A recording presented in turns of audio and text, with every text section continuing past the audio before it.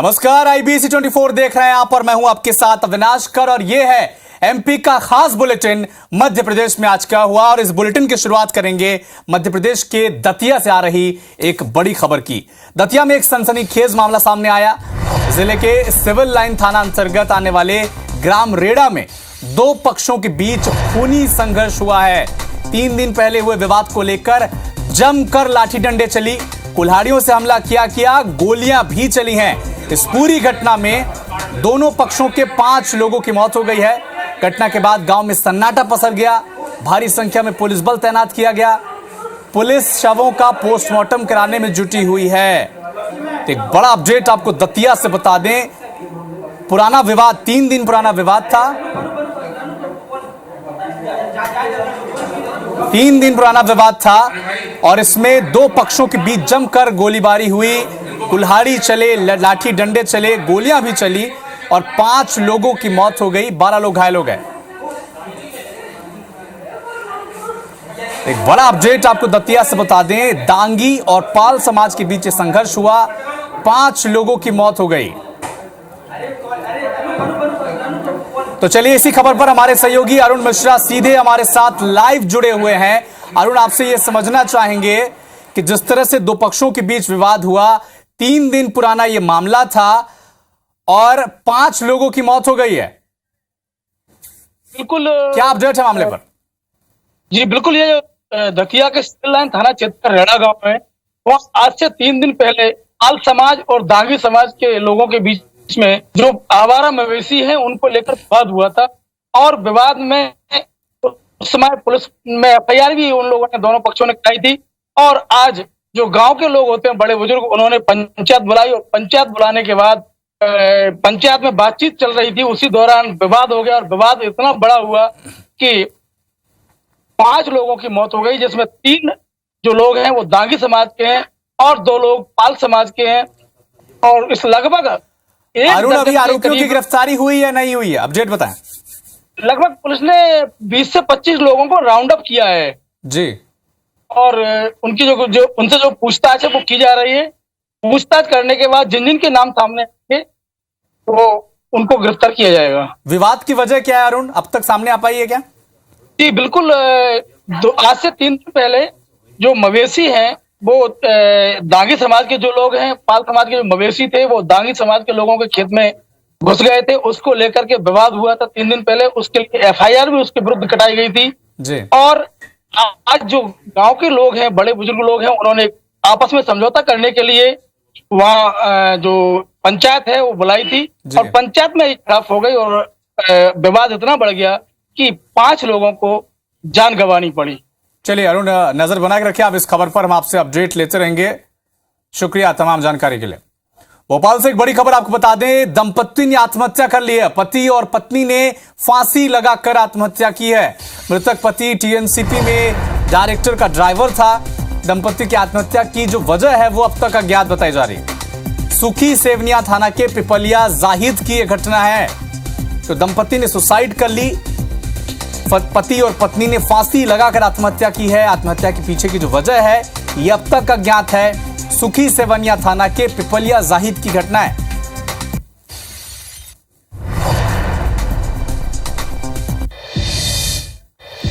UP के मुख्यमंत्री Yogi Adityanath MP के दौरे पर हैं। CM योगी पहले इंदौर पहुंचे, जिसके बाद एयरपोर्ट से वो उज्जैन पहुंचे और विधि विधान के साथ, पूरी विधि विधान के साथ उन्होंने पूजा अर्चना की और महाकाल लोक भी उन्होंने का भ्रमण किया। विधि विधान से तस्वीरें आप देखिए उज्जैन और इंदौर की। पहले वो उज्जैन पहुंचे, जहां पर उन्होंने पंचामृत और जलाभिषेक के साथ पूजा अर्चना की महाकाल की, और इसके बाद वो इंदौर पहुंचे और नाथ मंदिर में माल्यार्पण किया देवी अहिल्या की प्रतिमा पर, जहां पर BJP के तमाम बड़े नेता, चाहे वो पूर्व स्पीकर लोकसभा सुमित्रा महाजन हो, चाहे मंत्री के मध्य प्रदेश के पूर्व मंत्री वहां पर मौजूद रहे।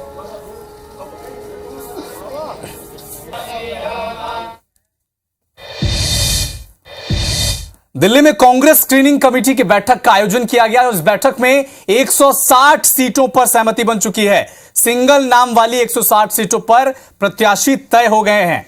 सिटिंग MLA और 3 बार हारी हुई सीटों पर नाम तय होने की सूचना अब तक मिल रही है। 2 नामों के जो पैनल हैं वो जो सीटें हैं इस पर चर्चा भी की गई है। स्क्रीनिंग कमेटी की रिपोर्ट पर अब सेंट्रल इलेक्शन कमेटी यानी सीईसी फैसला लेगी। बताया यह भी जा रहा है कि बीजेपी की दूसरी सूची का इंतजार कांग्रेस कर रही है। कांग्रेस को डर है कि जल्द प्रत्याशी घोषित किए गए तो नाराज कार्यकर्ता नेता नुकसान पहुंचा सकते हैं। कमलनाथ जी का सिंपल एक ही गणित है, जिताऊ कैंडिडेट सर्वे में जिसका नाम आ रहा है बस उनको टिकट दी जाएगी। डिक्लेयर ये स्क्रीनिंग से टिकट डिक्लेयर नहीं होते, इसके बाद सीसी हो जाता है मामला, फिर वो होता है, प्रोसीजर है वो। इधर एमपी में 2 से 3 महीने बाद इलेक्शन होने हैं और इधर एमपी में ही पोस्टर वॉर शुरू हो चुका है। कमलनाथ के पोस्टर पीसीसी के नजदीक बिट्टन मार्केट में लगा दिए गए। पोस्टर को लेकर कांग्रेस ने दावा किया कि बीजेपी ने ही यही पोस्टर लगाए हैं। मामले में कांग्रेस ने हबीबगंज थाने में शिकायत भी कर ली है।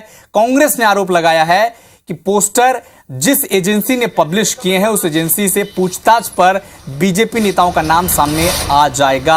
आपको यह भी बता दें कि कमलनाथ को करप्शन का हैवान बताते हुए फिल्म जवान की तर्ज पर पोस्टर शहर के कुछ हिस्सों में लगाया गया था, जिसे बाद में कांग्रेस के कार्यकर्ताओं और प्रवक्ताओं ने फाड़ दिया, थाने में शिकायत की।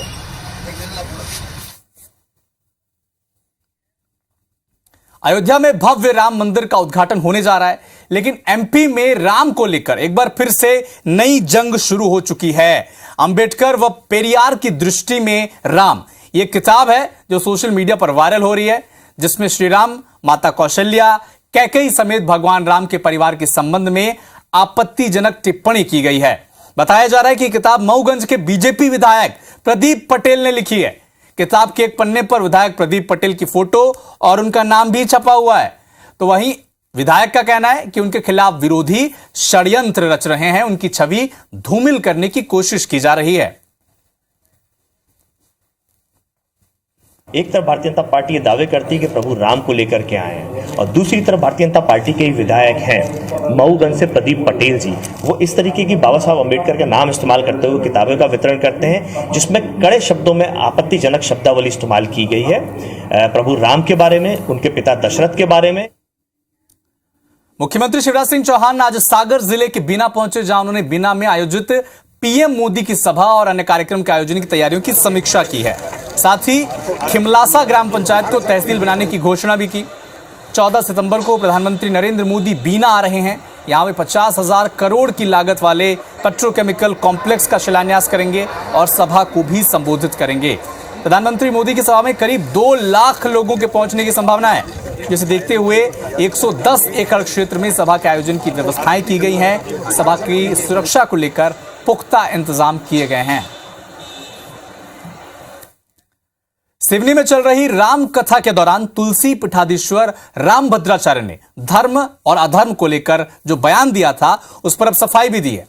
उन्होंने कहा कि वो बीजेपी का समर्थन नहीं करते, वो सनातन धर्म का समर्थन करते हैं और जो सनातन धर्म से प्रेम करता है वो उन्हें प्रिय है। जो धर्म सनातन धर्म से प्रेम नहीं करेगा वो मुझे प्रिय नहीं हो सकता। आपको यह बता दें कि रामभद्राचार्य ने इससे पहले कहा था कि जो एमपी में चुनाव है, ये लड़ाई जो है शिवराज और कमलनाथ के बीच नहीं है, ये जो लड़ाई है ये धर्म और अधर्म के बीच है। शिवराज सिंह और कमलनाथ नहीं लड़ रहे हैं, ये तो नाम कहा जा रहा है। भाजपा कांग्रेस नहीं लड़ रही है, यहां 2 लड़ रहे हैं, सनातन धर्म और अधर्म। और हमें देखना है कि कौन जीतता है। आप भाजपा का समर्थन करते हैं, ऐसा नहीं है। मैं सनातन धर्म का समर्थन करता हूं और जो सनातन धर्म से प्रेम करे वो मुझे प्रिय। ग्वालियर पहुंचे बीजेपी की राष्ट्रीय महासचिव कैलाश विजयवर्गीय ने कई मुद्दों पर अहम बयान दिए। G20 को लेकर कहा कि आतंकवाद का अंडरलाइन किया गया है, यह मोदी जी की बड़ी सफलता है। वहीं दिग्विजय सिंह पर भी तंज कसा, कहा कि दिग्विजय सिंह हमेशा भ्रमित करते रहते हैं, इसीलिए उन्हें वो सीरियसली नहीं लेते, उनके बयानों को भी सीरियसली नहीं लेते। बीजेपी की जन आशीर्वाद यात्रा को लेकर कहा कि यात्रा को जबरदस्त समर्थन मिल रहा है। इस बार 2/3 बहुमत से बीजेपी सरकार बनाने वाली है एमपी में।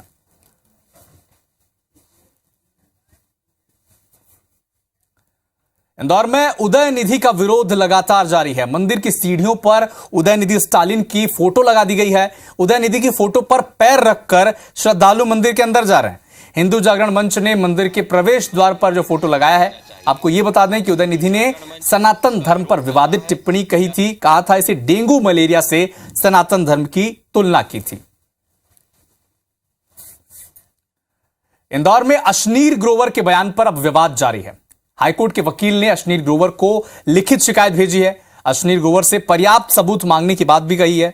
वकील ने सबूत नहीं देने पर अशनीर पर सख्त कार्रवाई करने की मांग की है। आपको यह बता दें कि अशनीर ग्रोवर इंदौर शहर को जो स्वच्छता अवार्ड मिले थे, इसे खरीदने का दावा उन्होंने किया था और भोपाल को ज्यादा स्वच्छ बताया था इंदौर से। जबलपुर में बागेश्वर पीठाधीश्वर पंडित धीरेन्द्र शास्त्री का विरोध देखने को मिला। अभी विरोध हुआ क्यों? दरअसल बसोर वंशकार समाज के लोगों ने विरोध किया है। जाति सूचक शब्दों का इस्तेमाल करने से समाज नाराज है। समाज के लोगों ने सीएम और पीएम के नाम पर जिला प्रशासन को ज्ञापन सौंपा है और धीरेन्द्र शास्त्री पर SC/ST एक्ट के तहत केस दर्ज करने की मांग की है। अगली तस्वीर मारपीट की खबरों से जुड़ी हुई है। इंदौर में छात्रा से छेड़छाड़ के आरोपी शिक्षक को परिवार वालों ने निर्वस्त्र कर पीटा, जबकि शहडोल में जादू टोने के शक में बुजुर्ग महिला की पिटाई का मामला सामने आया। इधर पुलिस ने 3 आरोपियों के खिलाफ केस भी दर्ज कर लिया है। तो वहीं इंदौर से एक और घटना सामने आई।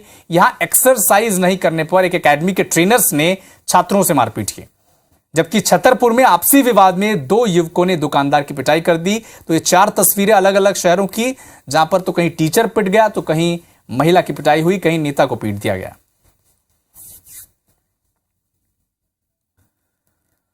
अब बात करते हैं आपके स्वास्थ्य की, यानी डेंगू के बढ़ते मामलों की। ग्वालियर और इंदौर में डेंगू के मरीजों में बढ़ोतरी देखने को मिल रही है। ग्वालियर में डेंगू के 23 नए मरीज मिले हैं।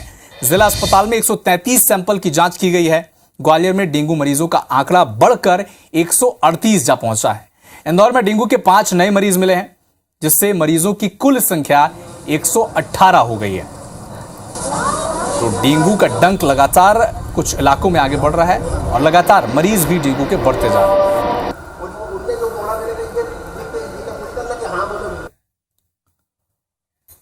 खरगोन के भगवानपुरा विकासखंड के चोखंड और जूना बिलवा में साल 2015 में बने खारक बांध के डूब प्रभावित 257 आदिवासी परिवारों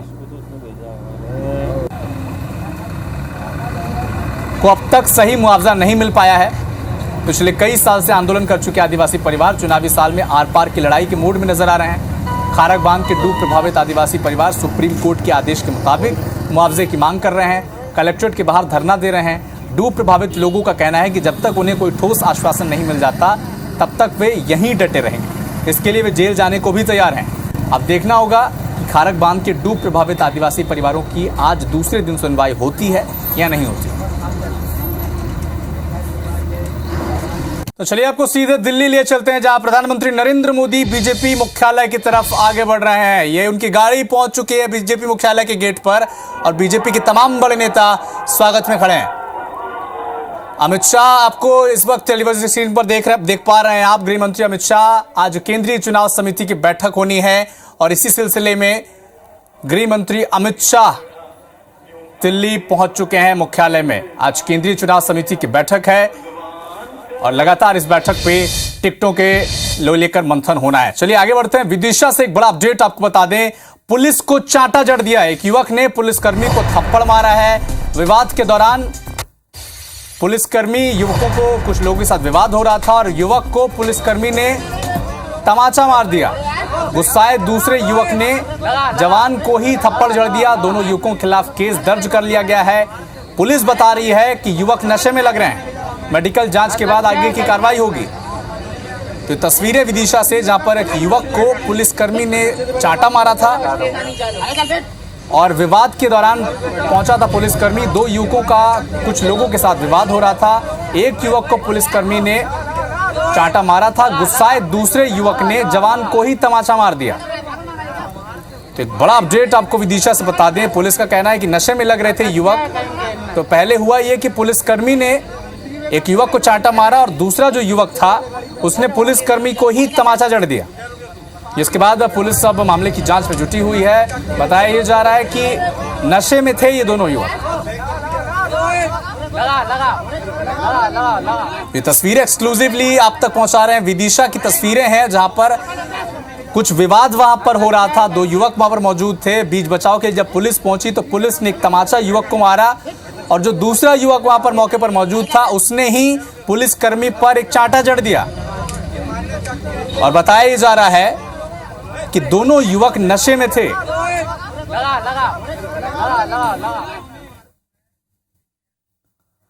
खरगोन में अवैध हथियार तस्करी पर शिकंजा कसा गया है। देशी पिस्टल और कट्टों के साथ 2 आरोपियों को पुलिस ने गिरफ्तार भी कर लिया है। आरोपियों से 25 अवैध देशी पिस्टल और कट्टा जब्त किया है। साथ ही हथियार बनाने की सामग्री भी बरामद की गई है। उज्जैन में हथियारों की सप्लाई करने की तैयारी में थे ये आरोपी। खंडवा के ओंकारेश्वर में एकात्म धाम आकार ले रहा है। आदिगुरु की 108 फीट ऊंची प्रतिमा का निर्माण काम जोरों पर है। प्रतिमा का निर्माण का ड्रोन व्यू अब लोगों को आकर्षित कर रहा है। एजेंसी की ओर से प्रतिमा का निर्माण बड़ी तेजी से किया जा रहा है। 18 सितंबर को इस विशाल प्रतिमा का लोकार्पण होना है। बता दें कि वाराणसी में काशी विश्वनाथ कॉरिडोर, उज्जैन में महाकाल लोक के बाद ओंकारेश्वर में एकात्म धाम का यह तीसरा बड़ा प्रोजेक्ट है जिसे केंद्र और राज्य सरकार मिलकर पूरा कर रहे हैं। तो फिलहाल इस बुलेटिन में इतना ही, लेकिन देश और दुनिया के साथ मध्य प्रदेश और छत्तीसगढ़ के सभी अपडेट के लिए आप जुड़े रहिए IBC 24 के साथ। नमस्कार।